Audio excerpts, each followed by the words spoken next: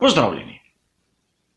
Sezona 2020 zna biti za kariero Charlesa Leclerca usodna. Usodna v pozitivnem, kot tudi lahko v negativnem smislu.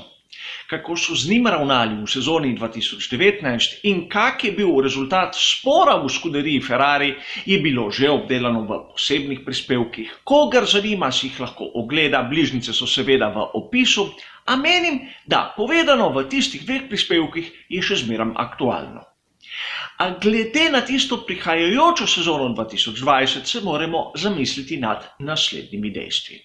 Prvič, kak bo položaj Charlesa Leclerca v skuderiji Ferrari. Namreč nekje Mattia Binotto je rekel, da do maja naj bi bila oba voznika enakovredna, torej komaj maja bojo določili, kateri bo prvi in kateri bo drugi voznik. Nekje bi si lahko predstavljali, da bi se to zgodilo nekje okrog velike nagrade Kanade. In zamisliti se moramo tudi nad tem, da bo velika nagrada Vietnama prav v tem obdobju, to se pravi še dirko več od tistega, kar smo videli lani. In prav v sezoni 2019 so zmagami ekipe Mercedes v tem delu sezone praktično zaključili svetovno prvenstvo Formule 1. Je res pametno toliko časa čakati in toliko časa pustiti voznikoma, da se dokažeta v medsebojni borbi? Ne vem, meni se mi zdi malce pretirano in spet potencialno izgubljena priložnost za aktiven boj tako v naslovu za svetovnega prvaka med vozniki, kot predvsem med konstruktorji. Zavedati se moramo dejstva, da Sebastian Vettel vloge drugega voznika ne bo sprejel prostovoljno. Charles Leclerc si jo bo moral izboriti v tem prvem delu in to lahko vodi v podobne scenarije, kot smo videli v Braziliji. Morda ne bo prišlo do medsebojnih trkov in posledično dvojnega odstopa, a mislim, da bomo videli kar precej iskar. In res, Charles Leclerc ima pogodbo do sezone 2024.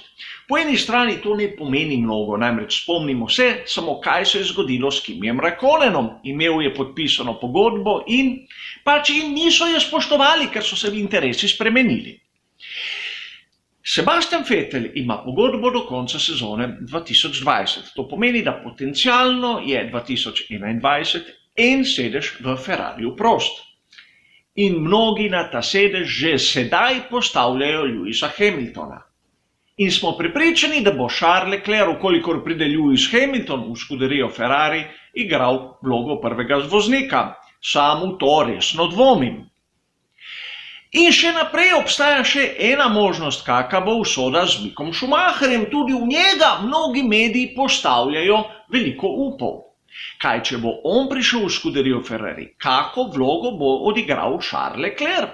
Ukolikor mu ne uspe v sezoni 2020 zacementirati vlogo prvega voznika, biti na koncu pravzaprav v boju za naslov svetovnega prvaka, vidim, da bi lahko njegova zvezda izgubila kar nekaj tistega blišča, katerega ima.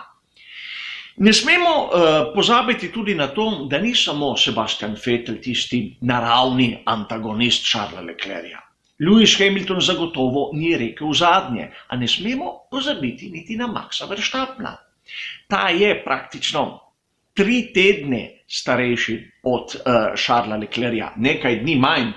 In dosegal je do sedaj bistveno več. Nekomu je lahko simpatičen, drugim je lahko manj simpatičen, a rezultati govorijo o tem. Praktično enako stara sta, a Max Verstappen ima bistveno daljšo kariero. Tudi ta medsebojni boj med Verstappenom in Leclercem je bil že aktiven v sezoni 2019. Spomnimo se samo velike nagrade Avstrije. In tudi s Hamiltonom so se že krsale iskre, najmanj na veliki nagradi Italije, če smo točni. Torej imamo kar četveroboj v sezoni 2020, kjer je, hočeš nočeš, Charles Leclerc prisiljen zmagati, ukolikor hoče obzdržati oziroma osvojiti položaj prvega voznika pri Ferrariju. Za njega bi bilo najbolj udobno, da bi v sezoni 2021 imel za moštvenega kolega Antonija Giovinazzija. Ampak bodimo iskreni, se kdo izmed nas, navdušencev, nekako predstavlja Giovinazija kot nekoga, ki bo vozil za skuderijo Ferrari? Sam ne. Ampak čas Charlesu Leclercu, čeprav je komaj prišel v Formulo 1, zgleda, da se, hočeš nočeš, izteka. Tudi to, da so mu podaljšali pogodbo do sezone 2024, kot sem povedal, ne pove dosti. Poglejmo samo njihove rivale pri Mercedesu.